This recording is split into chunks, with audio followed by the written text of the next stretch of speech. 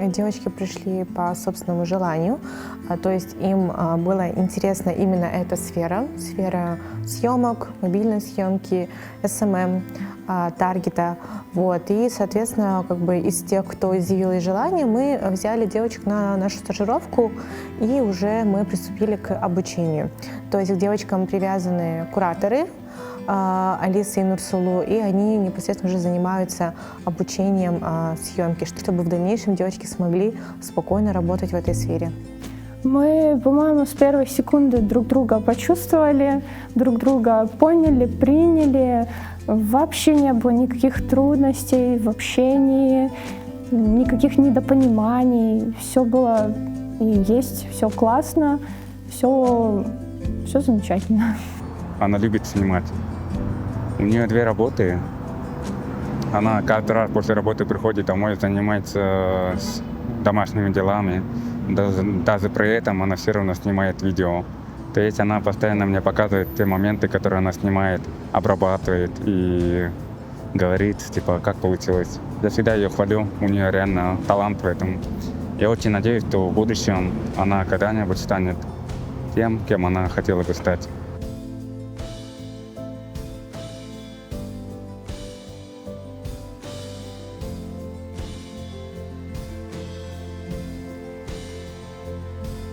Вначале я познакомилась с Асель. Она была очень зажата, она боялась держать камеру в руках, она не знала вообще, что делать.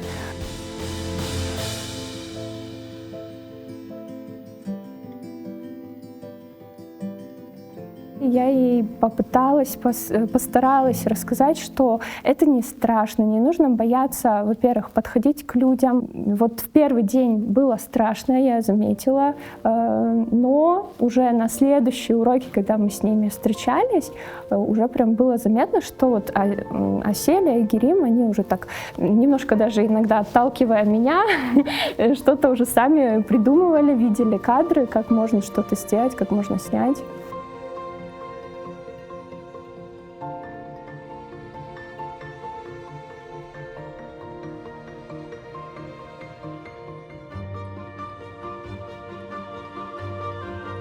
Я безумно всегда радуюсь, когда человек раскрывается сначала внутренне. То есть, возможно, внешне он еще там, я не знаю, не построил дом, да, то есть там не снял какой-то там мега крутой видеоролик. Боязнь, это зажатость. Если они смогут это все перебороть и поменяться именно вот внутри, да, появится какой-то такой стойкий стержень, это будет для меня большим таким показателем. Это вот такая классная база, с которой они могут дальше развиваться.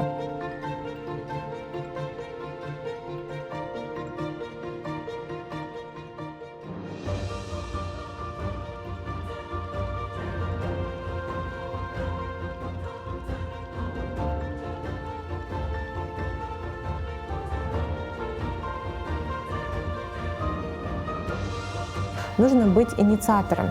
Всегда. Я считаю, что люди с инвалидностью, да, они очень старательные.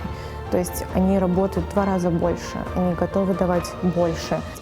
Если есть работодатели, которые боятся каких-то возможных сложностей, да, в работе, то я бы посоветовала не ограничиваться такими мыслями и все-таки пробовать, потому что это всегда новый опыт, это всегда очень интересно.